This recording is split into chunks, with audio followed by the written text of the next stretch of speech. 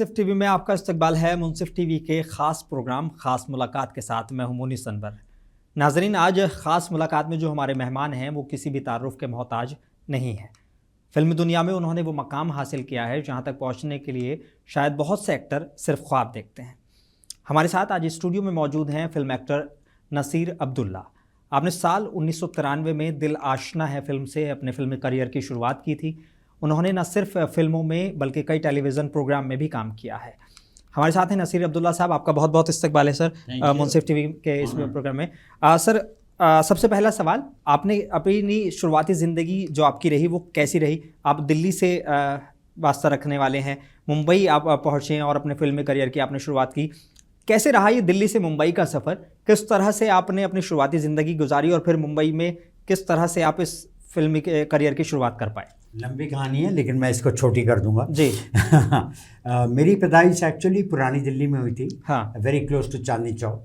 वहाँ पे एक इलाका है, उसका नाम है बल्ली महारान, जो कि काले साहब के पास भी है और अपना लाल कुएं के पास है। लेकिन मिड 60s में हमारी फैमिली यहाँ पे निज़ामुद्दीन वेस्ट में आ गए थे और फिर I went to Delhi public school nearby. और तो यहाँ से मैंने अपना हायर सेकेंडरी किया और उसके बाद सेंट स्टीफेंस में मैंने हिस्ट्री ऑनर्स किया, जो मुझे ख़ास रास नहीं आया क्योंकि स्कूल में थोड़ा आसान लगता था, ठीक ठाक लगता था। लेकिन जब कॉलेज में आए तो हिस्ट्री की बाल की खाल निकालने लगे।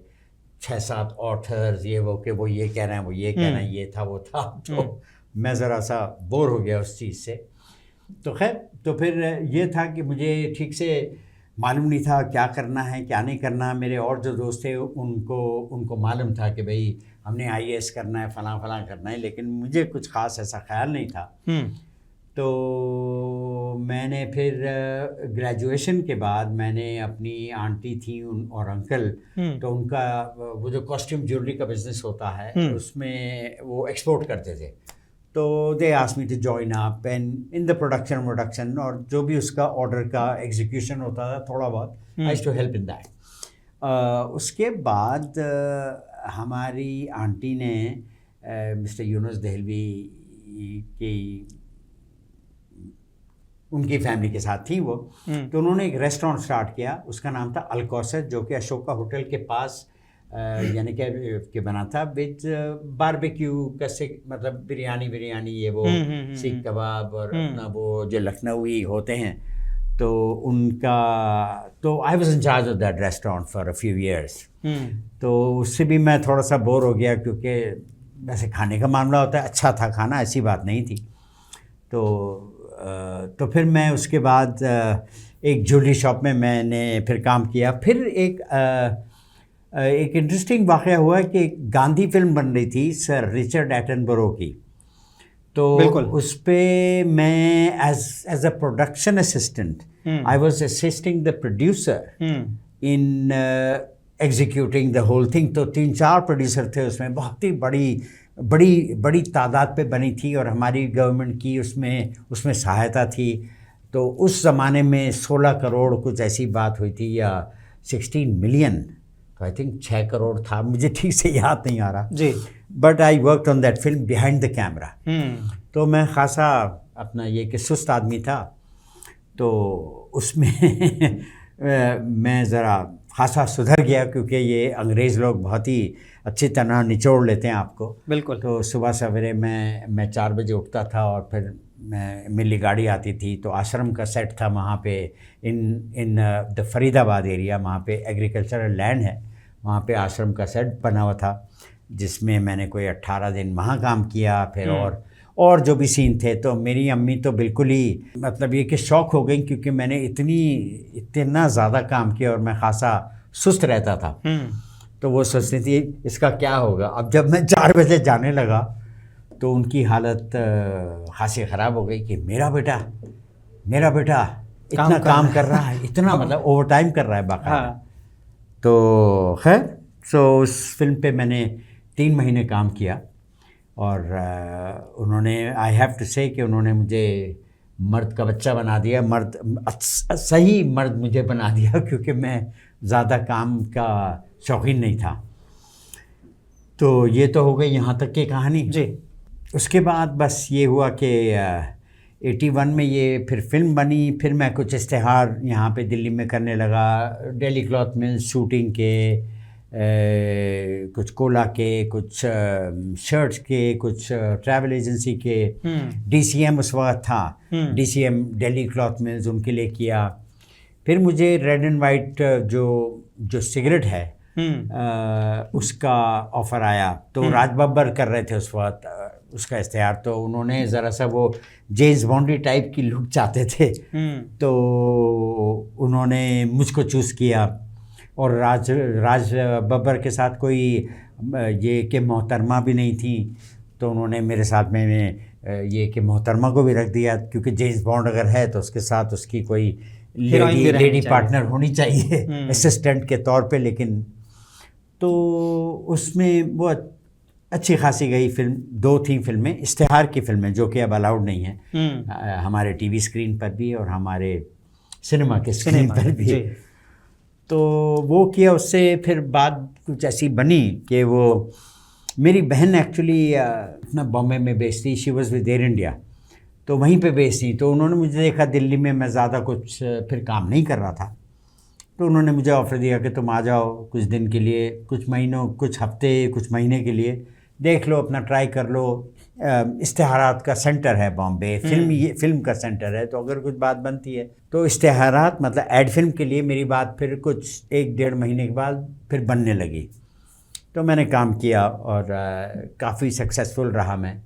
और एज दे से द कैमरा लाइक मी, जो कैमरा है मुझको पसंद करता था, लोग भी पसंद करते थे, तो इसके लिए मैं उनको ना नहीं कह सकता था कि भाई मुझे मत पसंद करो। तो दिल आशना है की शुरुआत कैसे हुई? क्योंकि पहली फिल्म शाहरुख खान के साथ ही रही आपकी। जी। दिल आशना की शुरुआत कैसे हुई ये मैं समझना चाहता हूँ। दूसरा, दिल आशना है, मैं हूं ना, ओम शांति ओम जैसी फिल्में आपने शाहरुख खान के साथ की हैं, जो आज किंग खान कहलाते हैं, बॉलीवुड के किंग हैं वो। I know. तो कैसे किंग खान के साथ काम करने का आपका एक्सपीरियंस रहा और दिल आशना की शुरुआत कैसे हुई? दिल आशना का मामला ये था 1990 में मैं ऐसी कोई मैगजीन में आर्टिकल पढ़ रहा था कि हेमा मालिनी जी एक फिल्म बना रही है और शूटिंग शुरू हो गई है जी शायद, और वो शाहरुख खान की पहली फिल्म है और उसमें और 2-3 लोग हैं और 2 हीरो उनको और चाहिए हैं, ऐसा कुछ था। लेकिन वो एक्चुअली पुराना इशू था, उनको मिल चुके थे हीरो अपने। तो मैंने कहा फिर भी चांस लेता हूँ, तो मैंने हेमा मालिनी जी का एड्रेस अपना मालूम किया और उनके ऑफिस पे पहुँच गया। ऑफिस और उनका घर एक साथ है, तो मैं गया ऐसी फ़ोटो वोटो रखवाने के लिए। तो वो कुछ ख़ास मुझे उन्होंने भाव नहीं दिया, लोगों ने जो वहाँ पे काम करते हैं। तो जब मैं जा रहा था तो हेमा मालिनी जी अंदर थी वहाँ पे अपने बंगलो के ड्राइंग रूम में अपनी मीटिंग कर रही थी about the next shooting of the film next day. तो उनको अंदाज़ा हुआ कि भाई आया हुआ है नासिर कोई, तो उन्होंने कहा उसको रोको ज़रा अपने। तो मैं अपने जूते पहन के जा रहा था, तो उनकी बहन आई और उन्होंने कहा 1 मिनट रुक जाइए, ये वो। खैर फिर रुका मैं, फिर उन्होंने अंदर बुला लिया मुझे। तो मैंने देखा हेमा जी वहाँ बैठी हैं अपने सोफ़े पे, बड़ी बहुत खूबसूरत लग रही। ये मैं कोई 35 साल की बात कर रहा हूँ, 30 साल तो डेफिनेट हो गए। तो बिल्कुल ही मतलब बहुत खूबसूरती के साथ वो बैठी, और उनके सामने जो असिस्टेंट उनके अपना नोट्स ले रहे थे। तो मैं तो बहुत ही घबरा गया, क्योंकि मुझे नहीं अच्छा लगता था कि मैं किसी डायरेक्टर के पास जाऊं और एक्टिंग का रोल मांगूं, क्योंकि मुझे एक्टिंग आती नहीं थी एज सच। इश्तेहारात के लिए तो आसान होती है ना, आधे मिनट की फिल्म है, उसमें कौन सी एक्टिंग करनी है आपने। उन्होंने और भी चीज़ें दिखानी है उसमें, कि मिक्सी का इश्तेहार है तो मिक्सी भी काम कर रही है, जूस बन रहा है, सही बात है जी, और बीवी देख रही है खुश, बेटी देख रही है हाँ, और 30 सेकंड में क्या है जी, बिल्कुल यू अंडरस्टैंड। बिल्कुल। तो मुझे बड़ा अच्छा लगता था कि छोटी सी लुक दी, एक आपने तकलीफ़ की, एक खुशी की, फिल्म ख़त्म, गोली खाई, कोल्ड ड्रिंक या जो भी। तो मैं बैठ गया साइड में, तो वो आई मेरे से मिलने। जब उनकी मीटिंग फ़ौरन ख़त्म हो गई, कोई 5 मिनट के अंदर आके बैठी, बातचीत की थोड़ी बहुत, तो मैं बहुत घबराया। उधर से उनकी अम्मी भी आ गई, वो भी आ गई, और उन्होंने तमिल में कुछ ऐसी बात की कि उन्होंने कहा, कुछ ऐसा कहा, मैं कोशिश करता हूँ कि उन्होंने कुछ ना हीरो, तो एक हीरो वर्ड मुझे आया बीच में कि हीरो, कुछ समझ में आया कि हाँ कुछ हीरो वर्ड, और फिल्म की ही बात हो रही थी। और उन्होंने शायद ऐसा पूछा, बाद में मुझे मालूम हुआ कि ये तुम्हारा आपका क्या चौथा हीरो है, 4 हीरो फिल्म थी। तो हेमा जी ने फिर कोई जवाब दिया, ना लड़ा हीरो, ना लड़ा समथिंग। तो अब मैं घबरा गया, मैंने कहा खैर मैंने हेमंत जी से ऐसे ही कहा कि भाई, उन्होंने कहा इस फिल्म की कास्टिंग तो हो चुकी है दिल आशना की, लेकिन अगली फिल्म में डेफिनेटली, ऐसा ही कहते हैं सब लोग, अगली फिल्म में डेफिनेटली। मैंने कहा ठीक है। फिर क्या नहीं हो सकता है अगर मोहसिन खान ना काम करे इस फिल्म में। अच्छा, Mohsin Khan was in the film the Pakistani cricketer who had married Reena Roy, Reena Dutt, और Reena who was an actress very nice. तो मैंने कहा ठीक है। फिर मैंने उनसे ऐसे कह दिया कि भाई I just wanted you to know that my Hindi is okay, क्योंकि लोग मुझे ज़रा सा अंग्रेज़ी में माहिर ऐसा समझते थे, तो हंसी थोड़ा। फिर मैंने एक और बड़ी गड़बड़ वाली बात की, लेकिन मैं बाल बच गया अपने, क्योंकि कुछ खैर मैंने उनसे कहा कि and by the way I used to look like your husband, मैं आपके हस्बैंड जैसा दिखता था, लगता था, मैंने ये नहीं कहा लगता हूँ, लगता था। फॉर्चुनेटली वो मुस्कुराई अच्छी तरह, जैसे आप अभी मुस्कुरा रहे हैं क्योंकि आपको हंसी आ रही है। नहीं, हाँ, क्योंकि ये बड़ी बात होती है किसी के सामने एकदम से कुछ कह देना। उनकी बीवी को ऐसा कहना, एग्जैक्टली। मैं उन्हें जानता नहीं, न जान न पहचान, पहली बार मिलने आया हूँ, काम के लिए आया हूँ और शेखी मार रहा हूँ। लेकिन सच्ची बात ये थी कि कुछ लोगों ने, including Sharmila Tagore, had told me in an interview that I had done for her, कि हाँ आपकी मिलती है शक्ल। मैंने कुछ ऐसा कहा कि कुछ लोग ऐसे जो एक सर्टन हेयर कट पे, एक सर्टन ऐसे लुक पे, आई लुक लाइक धर्मेंद्र। तो मैंने उनसे कह दिया, तो मुझे भी लगा हाँ ऐसा होगा। तो खैर बाद में, अच्छा, वन थिंग हैपन कि वो पार्ट मुझको मिल गया इसलिए कि शिवसेना वाले वहाँ पे they were against the Pakistanis to work in Bombay. तो वो फिर आउट हो गए, वो आउट हो गए तो मैं इन हो गया। तो जब फिल्मिंग होने लगी तो Sonu Walia was my partner, as in my lady partner. उसमें Jeetendra, Mithun, Shahrukh Khan, Raza Murad and Kabir Bedi, Farida Jalal, Sonu Walia, she was with me, Dimple Kapadia, Amrita Singh, Divya Bharti, Farida, सब सारी फिल्म इंडस्ट्री उसमें थी। हाँ। तो I was one of the heroes. तो खैर, तो वो फिल्म जब उसकी शूटिंग हुई तो दूसरे दिन बाद ही मैं बैठा हुआ था, उनकी बेटी अभी कोई 13 साल की थी, अभी तक उनकी फिल्में में कुछ नहीं थी क्योंकि शी वॉज वेरी स्मॉल। तो उन्होंने मुझे कहा कि आपकी शक्ल धर्म जी से मिलती है। हेमा मालिनी ने मुझसे कही ये बात। उन्होंने कहा कि थोड़ी सी शशि कपूर से भी मिलती है, लेकिन खैर फिर उन्होंने मुझसे कहा कि आप धर्म जी की ब्लैक एंड वाइट फिल्में देखिए 1960s के आसपास की। उन्होंने मुझसे कहा अब वो जो कुछ कर रहे हैं सब बंडल है, मतलब सब वाहियात है। तो मैंने कहा बहुत बढ़िया आपने बात कह दी अपने हस्बैंड के बारे में मुझसे, जो कि बट ये उन्होंने इंडोर्स किया कि आपकी मिलती है शक्ल। हाँ। तो मैं खुश हुआ क्योंकि ये मुझे औरों ने बताया था, मैंने बिलावजह शेख में नहीं कहा। हाँ। एनीवे, इस वजह से मुझे रोल नहीं मिला। मुझे रोल इसलिए मिला क्योंकि शिवसेना ने, हाँ, मोहसिन खान को अलाउ नहीं कर रहे थे वो, तो उनका निकलना बाहर मेरा अंदर जाने का जरिया बन गया। सो आई गॉट द पार्ट। इन तीनों फिल्मों में मैं हूं ना, ओम शांति ओम और दिल आशना, ये शाहरुख खान के साथ आप रहे, क्या एक ख़ास मेमोरी रही हो कि शाहरुख खान के साथ आप जो याद करते हो कभी? हाँ, ख़ास मेमोरी इतनी, मेरे सीन्स इतने एक तो थे नहीं उनके साथ, एक्चुअली ज़्यादातर उनके साथ मेरे सीन नहीं हैं फिल्म में, क्योंकि समथिंग इज़ ऑलवेज हैपनिंग कहीं। I had kind of a character role in the other films.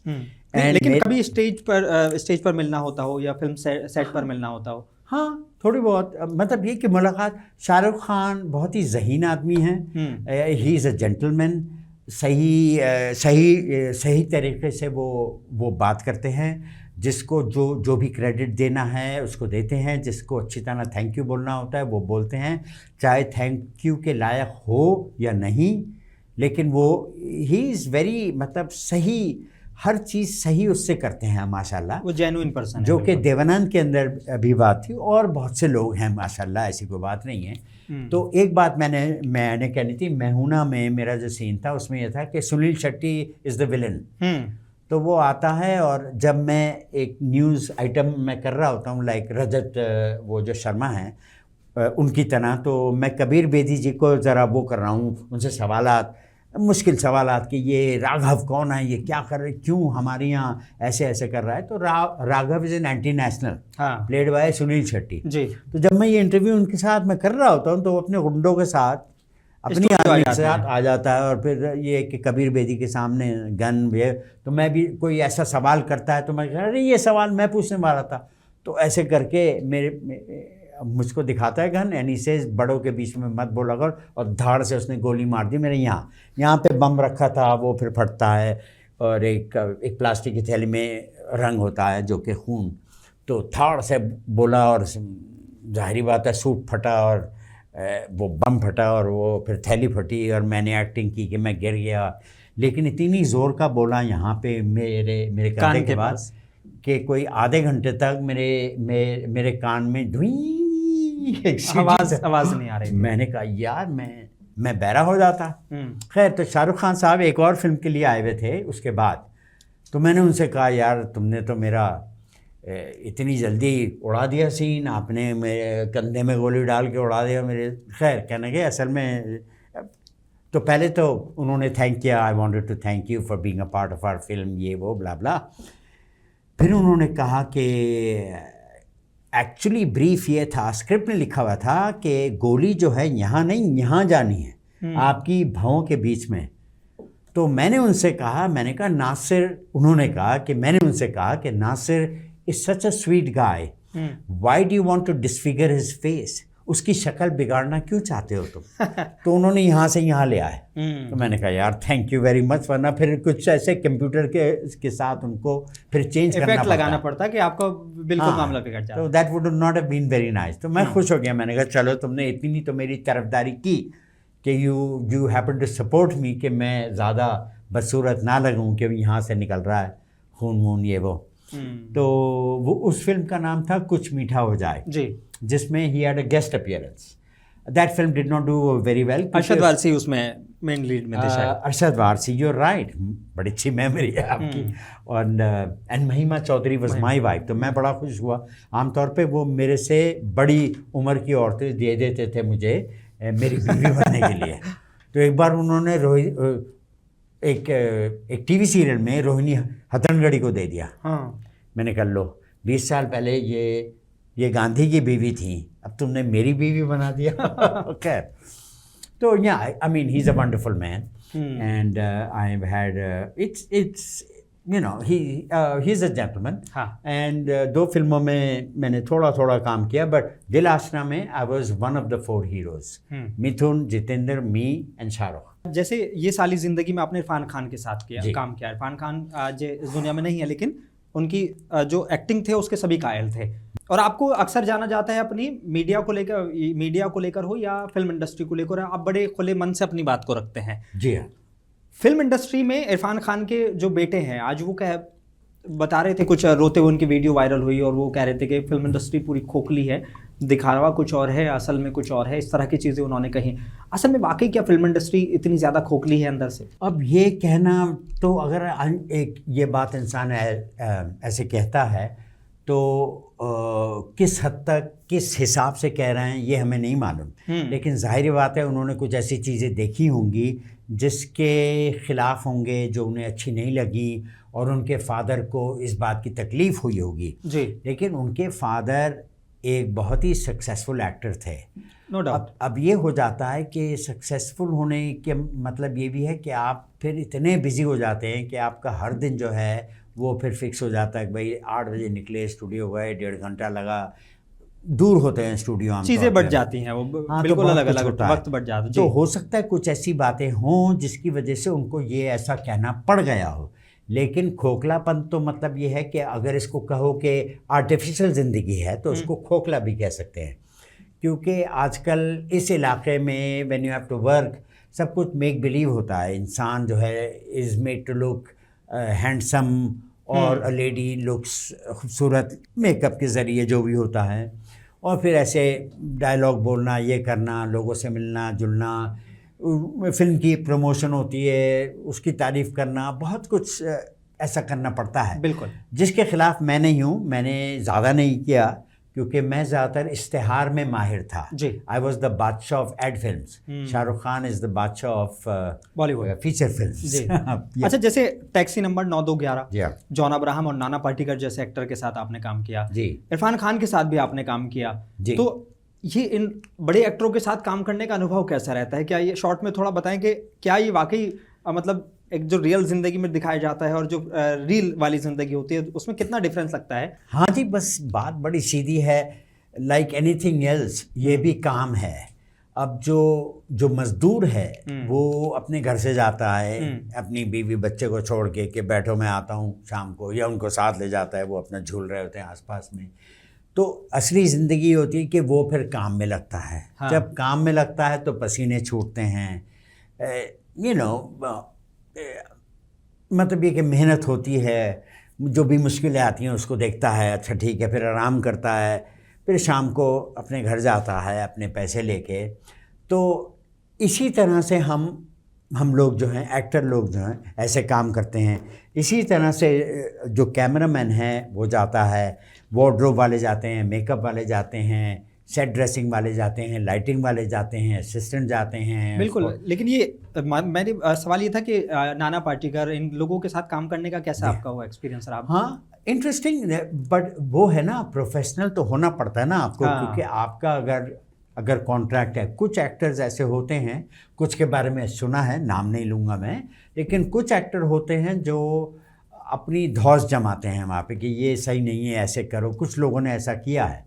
कुछ लोग एक्टर होते हैं ऐसे कि देर से आना, 6 घंटे लेट। सुना था कि राजेश खन्ना जी ऐसा करते थे, शत्रुघ्न जी भी करते थे, और लोग बहुत से करते थे जो ऑलरेडी बन चुके थे।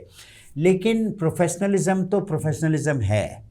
अब ये बात और है कि अगर आप घबरा गए, बौखला गए, तो उसमें फिर आपको फिर प्रॉब्लम होती है, क्योंकि उनके पास वक्त नहीं होता आपको समझाने का। मतलब तो सबसे प्रोफेशनल एक्टर कौन लगा आपको जितने लोगों के साथ आपने काम किया? मैंने जिनके साथ काम किया, आई थिंक सभी प्रोफेशनल थे, लेकिन सुनने में आया है कि Amitabh Bachchan was the best. He was too professional, मतलब वो कुछ ज़्यादा ही थे। Pran Sahab was very good at it. अब यह है प्रोफेशनैलिटी का मतलब यह है कि वो वक्त पे आ जाते थे। प्राण साहब आधे घंटे पहले आ जाते थे, क्योंकि वो घर में बोर हो रहे थे। उन्होंने खुद कहा एक अपने इंटरव्यू में कि मैं आधे घंटे पहले, 1 घंटा पहले आ जाता। अब बैठ गए आराम से, हवा एंजॉय की, अगर आउटडोर में बैठे। अच्छा, जैसे आपकी एक फिल्म थी, बड़ी फेमस हुई, कई सारे अवार्ड मिले, मित्र माय फ्रेंड जी। अगर उसका अमेरिकन लुक की बात करें तो आप बिल्कुल जेम्स बॉन्ड जैसे लगते थे उस फिल्म के में जो आपका लुक आया है। और फिर इंडिया में भी उसको रिलीज किया गया। कैसी ये फिल्म कैसी रही आपके करियर के लिए, और क्या बताना चाहेंगे हमारे? इट डिड वेरी वेल जनाब। बाय चांस मुझे रेवती जो एक्ट्रेस हैं जिन्होंने सलमान के साथ फिल्म की है as an actress, as leading lady called love 89 और समथिंग, वो ढूंढ रहे थे एक आदमी। तो उन्होंने जैकी श्रॉफ को अप्रोच किया, अनिल कपूर को किया। दोनों बिजी थे और कुछ इंटरेस्टेड नहीं थे इतने कि भाई कौन जाएगा अमेरिका में ऐसी फिल्म देखने के लिए, मतलब शूट करने के लिए। तो बाय चांस वो इश्तिहार देख रहे थे, उसमें एक मेरा वो जो ग्रेवियरा शूटिंग का इश्तिहार था वो देखा। तो रेवती के हस्बैंड ने रेवती से कहा कि maybe that is your Prithvi, that is the role I play. हाँ, पृथ्वी का आपने रोल प्ले किया, और जो एक वर्कोहलिक हस्बैंड है। हाँ, that was, but they didn't know how to find me. उन दिनों आसान नहीं था। ये है 1999 की बात, तो 26 ईयर्स अगो, 25। तो वो बाई चांस इधर उधर से पूछ के उन्होंने finally they found my phone number, they called me, audition के लिए बुलाया। तो शोभना जो कि बड़ी फेमस एक्ट्रेस हैं और 2 नेशनल अवार्ड उनको मिल चुके हैं as an actress, she is very good. तो उनके साथ ऑडिशन थी मेरी, तो वो मैंने की। तो एक गुस्से का सीन था और एक ज़रा सा वैसा सीन था कि बेटी से बात कर रहा हूँ, उसको थोड़ा समझा रहा हूँ, तो वो अप्रूव हो गए। तो अमेरिका में शूटिंग थी इसकी, तो उन्होंने फ़ोन किया मुझे कि भाई आप अप्रूव हो गए हैं, लेट अस गो, तो will go in a month और समथिंग। तो वीज़ा उन्होंने करवाया and then I was done.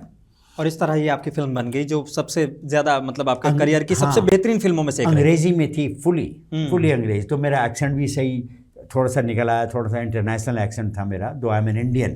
तो it is the story of a north Indian man marrying a south Indian girl, very beautiful, and they have a 17-year-old daughter. तो हालात कुछ ऐसे होते हैं कि आगे जाके the husband gets more involve with work, तो बीवी पे ज़्यादा तवज्जो नहीं देते, बेटी की जो देख रेख होती है बीवी ही कर रही होती है, फिर बेटी बागी हो जाती है, जो कि बहुत होता है वेस्ट में। हिंदुस्तानी बच्चे गुस्सा करते हैं अपने माँ बाप पे कि भाई हमें क्यों नहीं करने दे रहे हैं, यहाँ के लोग ऐसा करते हैं। ख़ासतौर पे लड़कियाँ जब ऐसा करती हैं, उनके बॉयफ्रेंड होते हैं, हम ना मानना, पार्टी पे जाना, 1:30 2 बजे आना, तो यहाँ पे तो पागल हो जाएं हमारे यहाँ। तो उसके बारे में थी, लेकिन बहुत इंटरेस्टिंगली ये फिल्म जो है बनाई थी। इसको 3 नेशनल अवार्ड मिले। शोभना को 3रा नेशनल अवार्ड मिला, जो इन्होंने टब्बू के साथ में शेयर किया। टब्बू को मिला national award for the best actress for Chandni bar, and Shobhana got it for Mitra my friend, and they both share the award. इन्होंने शेयर किया नेशनल अवार्ड। अच्छा, क्योंकि अब वक्त की कमी है, लेकिन मैं दैट्स माई फिल्म। तो ये मित्र माय फ्रेंड फिल्म है जो सबसे ज़्यादा पॉपुलर हुई। अच्छा, मैं शॉर्ट में, अब क्योंकि वक्त की कमी है, बस आप फ्लूट बजाने के बड़े शौकीन हैं और फ्लूट को लेकर कहा जाता है, तो क्या कुछ सुना सकते हैं हमारे दर्शकों को आप सिर्फ 30 सेकंड 40 सेकंड में कुछ? मेरा तकिया कलाम है, तो मैं आधा मतलब क्वार्टर गाना पिया तो से नैना लागे रे। ओके, बिस्मिल्लाह।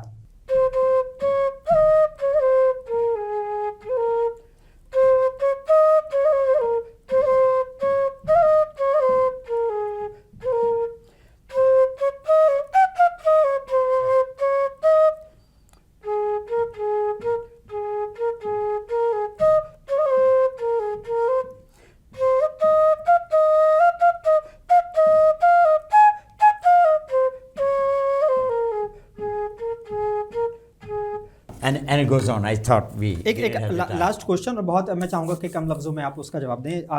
बॉलीवुड में अक्सर अब इस तरह की चीज़ें सामने आ रही हैं कि बहुत सारे स्ट्रगलिंग एक्टर या एक्टर जो हैं वो सुसाइड की तरफ बढ़ रहे हैं। ड्रग्स का भी एक बहुत बड़ा चलन हो गया है। किस तरह इसको आप देख रहे हैं, क्या मैसेज देना चाहेंगे? बिल्कुल आखिरी सवाल। हाँ, ड्रग्स तो हर जगह है जनाब। अपना कश्मीर से कन्याकुमारी और अहमदाबाद से बंगाल। तो ये कुछ ऐसा तक कह रहा है कि थोड़ा सा जिसका डिपेंडेंस जो है बढ़ जाता है, और फिल्मों में थोड़ा सा ज़्यादा प्रॉब्लम हो जाता है, क्योंकि ये अपने आप को थोड़ा सा स्थिर रखने के लिए, थोड़ा कंपोज रखने के लिए, थोड़ी सी अंदर से दिलासा मिले, इस पे डिपेंडेंस आ जाती है। तो कुछ लोग इसको डील नहीं कर पाते, और बहुत से लोग ऐसे हैं जो ड्रिंक करके भी अल्कोहल के प्रॉब्लम से, जिसे एक्चुअली शराब कहते हैं हमारे यहाँ, वो ज़्यादा पी करके वो उनको फिर लत लग जाती है, एंड देन उनका जो सिस्टम है उड़ जाता है। सुइसाइड का मामला तो ये है कि जी हर जगह होती हैं, लेकिन फिल्म इंडस्ट्री में ज़्यादा होती हैं, क्योंकि वहाँ पे डिप्रेशन होने का जो मादा है वो ज़्यादा होता है, क्योंकि वहाँ पे डिसअपॉइंटमेंट्स बहुत होते हैं, फिल्में फ्लॉप हो जाती हैं, लोगों को काम नहीं मिलता, बहुत से महीनों तक वो इंतज़ार करते हैं। मुझे प्रॉब्लम नहीं हुआ, हालांकि मुझे अब हो रहा है, कोई 20 साल से ज़्यादा काम नहीं है, लेकिन मैं इस चीज़ को झेल सकता हूँ। जो लोग नहीं झेल सकते उनको प्रॉब्लम होता है, फिर डिप्रेशन होता है, फिर वो इतना बज़न हो करके सुइसाइड के बारे में सोचते हैं और फिर आत्महत्या कर लेते हैं, ख़ुदकुशी कर लेते हैं। और कुछ लोग मतलब एक तो फिल्म इंडस्ट्री में ये चीज़ ज़्यादा होने के चांसेस हैं, लेकिन मेरा बस यही होगा कि जो लोग इस बिज़नेस में हैं इस बात का ध्यान रखें, और अगर कोई उनको ऐसा मामला होता है कि फ़िल्मों में काम नहीं मिल रहा है, तो वो कोई और फिल्मों के ही इलाके में नया रास्ता ढूंढें, या कोई और अपने लिए काम ढूंढें जिससे कि वो ऑक्यूपाइड रहें, अपनी ज़िंदगी चला सकें। एग्जैक्टली। बहुत शुक्रिया नसीर अब्दुल्ला साहब। सवाल बहुत सारे थे, वक्त की कमी है, बहुत ज़्यादा सवाल आपसे नहीं ले पाऊंगा, लेकिन बहुत शुक्रिया स्टूडियो में आने के लिए और हमारे अपना कीमती वक्त देने के लिए। तो नसीर अब्दुल्ला साहब हमारे साथ थे, और आज के ख़ास मुलाकात में बस इतना ही। अगली बार फिर किसी खास पर्सनैलिटी के साथ मुलाकात होगी। मुझे भी दीजिए इजाज़त, बने रहिए मुंसिफ टीवी के साथ।